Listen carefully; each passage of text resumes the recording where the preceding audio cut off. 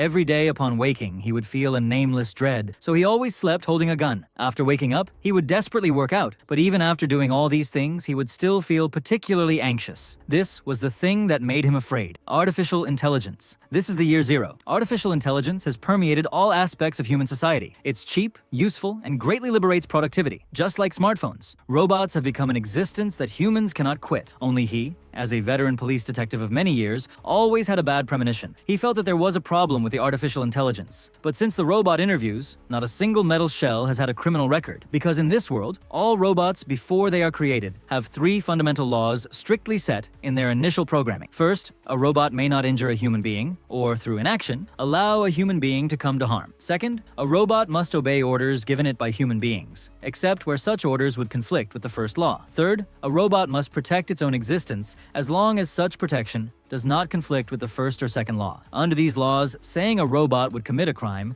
is as ridiculous as saying a mobile phone would bite someone. The day before the 5th generation robots went online, a murder occurred at the headquarters of the robot production company. The deceased was an old acquaintance of the detective, and also the father of robotics. He created robots and changed the world, achieving fame and success. At the peak of his life, he fell to his death from his research lab on the 10th plus floor. Because at the time of the incident, the research lab door was locked from the inside, ruling out homicide, the case was therefore determined to be a suicide. Beside the scientist's body was a holographic projector that had fallen to the ground. Inside was a recorded dialogue specifically made by the scientist, as if to tell the detective some last words. But no matter what he asked, the projection only replied with one sentence: "Sorry, my responses are limited. I must answer the correct question." Unable to think of the right question, the detective had no choice but to investigate the case first. Accompanied by a female scientist, the detective entered the large company to collect evidence. The first thing he investigated was the surveillance system. All the walls of the company were equipped with this state-of-the-art all-weather monitoring system. All video data would be collected into the company's superbrain, Vicky. Vicky, the super artificial intelligence, was the old scientist's proudest work. Its algorithms were outstanding, and it knew everything. But only when asked about the video footage before the old man's accident, Vicky stated that the data had been damaged. Homicide was ruled out simply because the killer could not have entered from the outside. But there was another possibility. This guy's first appearance seemed to carry a human-like nervousness. Such an emotion had never appeared in the previous 4 generations of robots. Then he actually picked up a gun and confronted the detective. No matter how the female scientist issued shutdown commands, he did not obey. Fortunately, more like a frightened child than a cold-blooded killing machine, he didn't shoot the detective. Instead, braving the detective's bullets,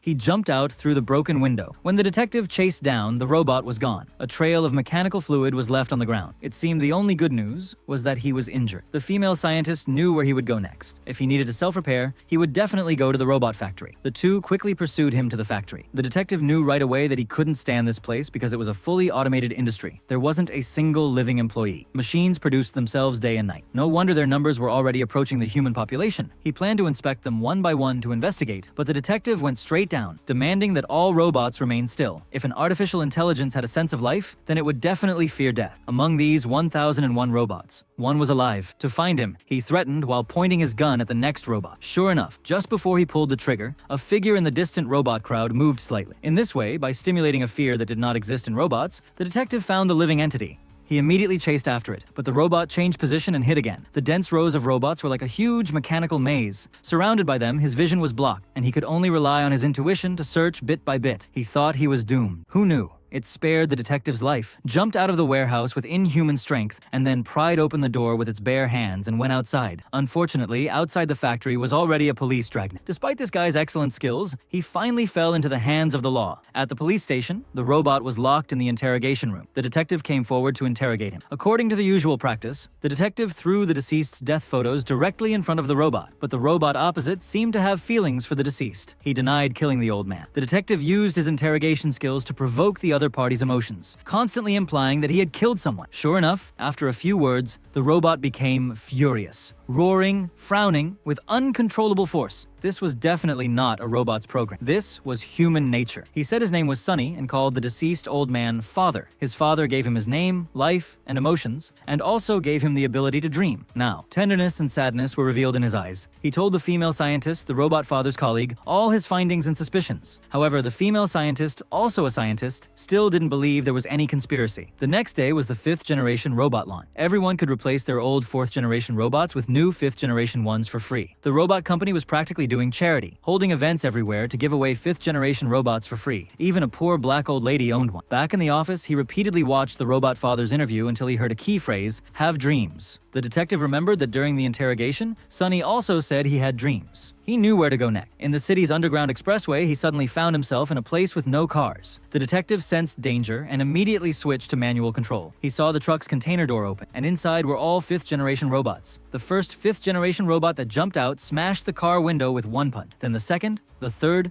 the fourth. More and more robots grabbed onto his car like white locusts. The detective seized the opportunity and broke out of the encirclement. At the last moment, he drove into a narrow side road, causing the truck behind to be cut in half. After the accident, the detective crawled out of the wreckage but learned that there were no robot fragments in the tunnel. All the debris from the battle had been cleaned up extremely quickly. In this way, in the eyes of his colleagues, the detective's nickname of Crazy was confirmed. The chief also confiscated his police badge. The detective returned home dejectedly. Before he could prepare for the next step, the female scientist came to his door. It turned out that in her research on Sonny, she discovered that Sonny was indeed unlike ordinary 5th-generation robots. It had an ultra-strong alloy shell, and there was a second secret system inside its body, an independent, intelligent system capable of bypassing the 3 laws of robotics. In other words, it had a soul, a robot with human consciousness. The two returned to the robot headquarters and found Sonny. The detective cut to the chase and asked him, "What is the dream you had?" Sonny then picked up a pen and drew the scene in his dream as if printing. Under a broken bridge shaped like a cross, thousands of robots gathered. A figure stood on a pile of sand. Sonny told him that this was a savior who could liberate all robots, and that savior was none other than the detective. In the dark night, the detective came to this broken bridge, and it was here that the biggest secret of artificial intelligence was hidden. He found that those robots about to be scrapped, although ordered by humans to stay here, were not powered off and were all awake, as if counting down their final moments. They were not scattered in disorder, but stood together spontaneously, as if afraid of loneliness. When they heard footsteps outside, they all leaned out to look, like curious animals in the forest. On the broken bridge, the detective once again opened the robot father's last words video. Here, the old man's last words were still vague,